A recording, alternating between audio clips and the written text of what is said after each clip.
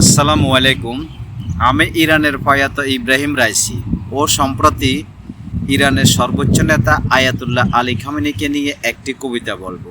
কবিতাটি যদি আপনাদের হৃদয়ে ছোঁয়া জাগে তাহলে নিজেও শুনবেন, এমনকি শেয়ার করে অন্যদেরকেও শোনার সুযোগ করে দিবেন। তাহলে কবিতাটি এখন শুরু করতে পারি। অস্ত্রের জনজন শব্দ কাঁপায় ক্ষণিক আকাশ, কলমের কালিতে জাগে ইতিহাসের শ্বাস। অসি থামে রক্তে, মসি থামে না কবু, সত্যের অক্ষরে লেখা থাকে চিরনবু।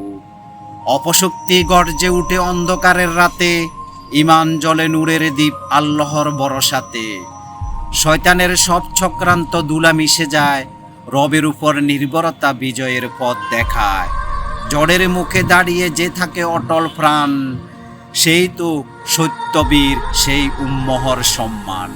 আলী খামেনি দৃঢ়তার এক প্রতীক, ইস্তেকামতের পথে যার অঙ্গীকার অটুট ঠিক। বীরেরা কখনো মরে না, ইতিহাস তার সাক্ষী, রক্ত জরে মাটিতে চেতনা থাকে আঁকি। ইব্রাহিম রাইসি গেছেন স্মৃতির নীল আকাশে, তবুও হাজারো রাইসি জেগে উঠে ইরানের বাতাসে। রাইসি তুমি নিভে যাওনি, তুমি আলো হয়ে র, ত্যাগের প্রতিটি ফোঁটায় জেগে থাকে নতুন জয়। খামেনির দৃঢ় চোখে দেখি তোমার স্বপ্নবোর, শাহাদাতের ভাষায় লেখা সাহসের অক্ষর গোর। তোমরা যোদ্ধা, তোমরা লড়াকু, তোমরা বীর সেনানী, তোমাদের ত্যাগে জাগে উম্মহর কাহানি। অন্ধকার যত গভীর হোক, বোর হবে জানি, আল্লাহর পথে যারা চলে তারাই সত্য জানি।